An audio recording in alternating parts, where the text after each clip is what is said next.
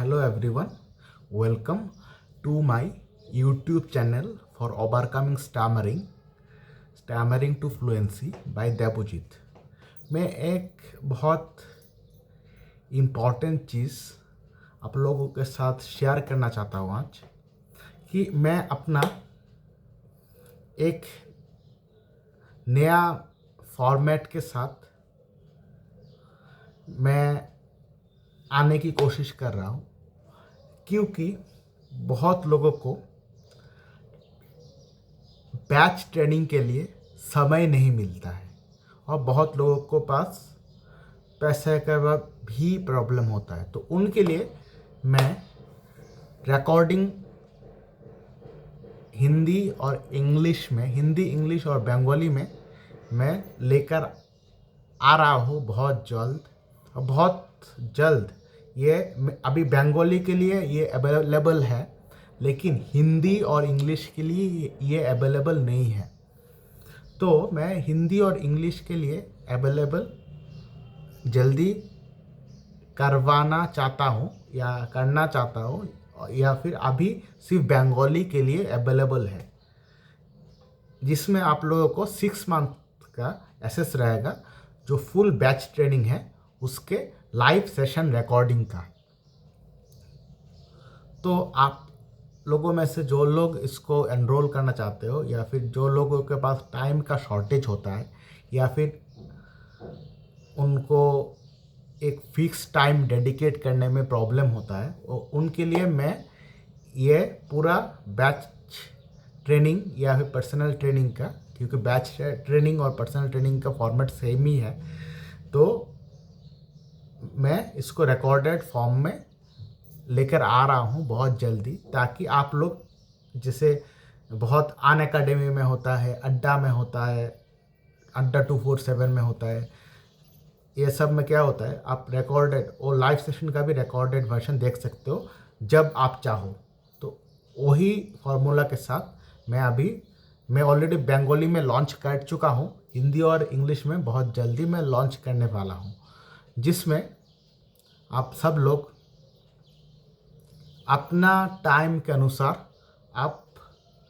Day 1 से day 21 तक learning session आप देख सकते हो। और अगर ये आपने ठीक से देख कर समझ लिया तो मैं ये गारंटी कर सकता हूँ कि आपका स्टैमरिंग ख़त्म हो जाएगा। और मैं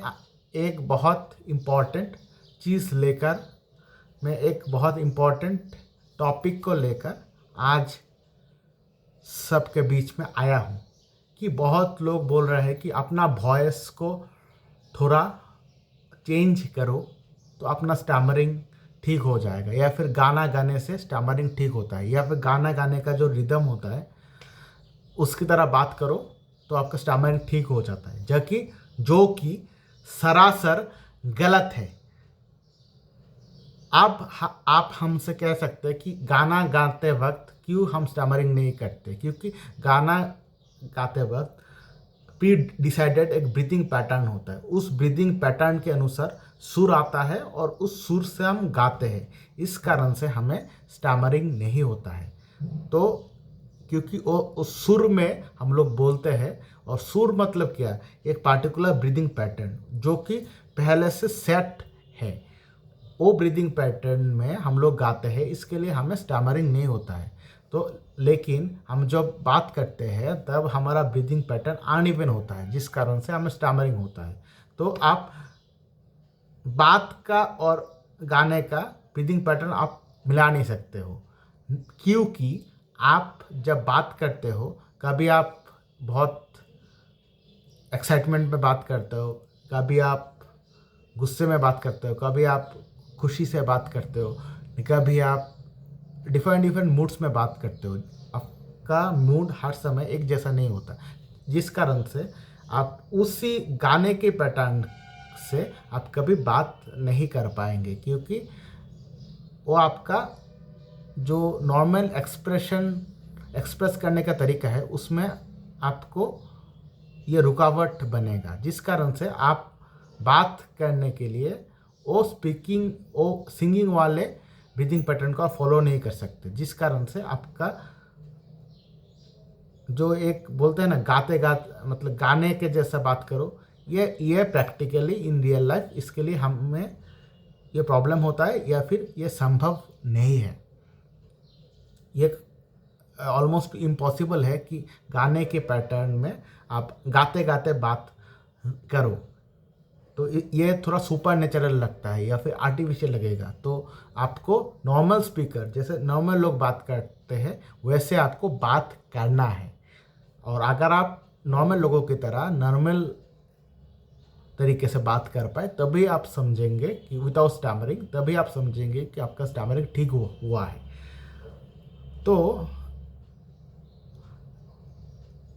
और बहुत लोग बोलते हैं कि वॉइस को चेंज करके बात करो। देखिए, वॉइस का और स्टैमरिंग का कोई डायरेक्ट रिलेशन नहीं है। इसके लिए जो लोग भी बोलते हैं कि वॉइस मॉड्यूलेशन करके या फिर वॉइस को थोड़ा चेंज करके बात करो, ये सही बात नहीं है, ये एक गलत टेक्निक है। और वॉइस मॉड्यूलेशन से आज तक किसी का स्टैमरिंग ठीक नहीं हुआ है। तो आप अपना नॉर्मल वॉइस में या फिर नॉर्मल टोन में आप अगर विदाउट स्टैमरिंग